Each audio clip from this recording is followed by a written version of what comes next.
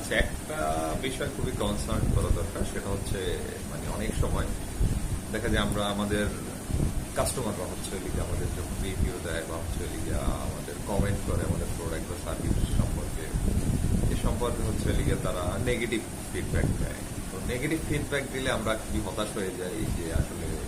এত চেষ্টা করতেছি ভালো কিছু করার, এত চেষ্টা করতেছি সবাইকে হেল্প করার, এত চেষ্টা করতেছি হচ্ছে তাদেরকে বেটার সার্ভ করার, স্কিল হচ্ছে তারা খুশি না।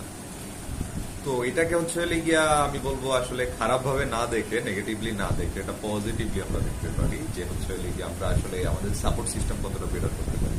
বা হচ্ছে আমাদের সার্ভিস কোয়ালিটি হচ্ছে কতটা ভালো করতে পারি, আমাদের এক্সপার্টিস জায়গায়, স্ট্রেংথের জায়গায়, প্রোডাক্ট ক্রিয়েশনের জায়গায়, ইনোভেশনের জায়গায় হচ্ছে আমরা কতটা ফোকাস করতে পারি। তাহলে যেটা হবে তাহলে হচ্ছে আপনার হেটার্স যারা আছে বা হচ্ছে নেগেটিভ পিপল যারা আছে তারাই হচ্ছে আপনার ফ্রেন্ড হইল, কারণ তারা যে আইডিয়াটা আপনাকে দিল সেই আইডিয়াতে বেস করে হচ্ছে আপনি আপনার ব্র্যান্ডের কনস্ট্রাকটিভ যে ওয়ে আছে বা প্রসিডিউর আছে এটাকে মেনটেন করতে পারবেন। তো সবসময় যে হচ্ছে নেগেটিভ ফিডব্যাক খারাপ, that's not true. It's sometimes it's opportunity, sometimes it's possibility, sometimes it's profit as well.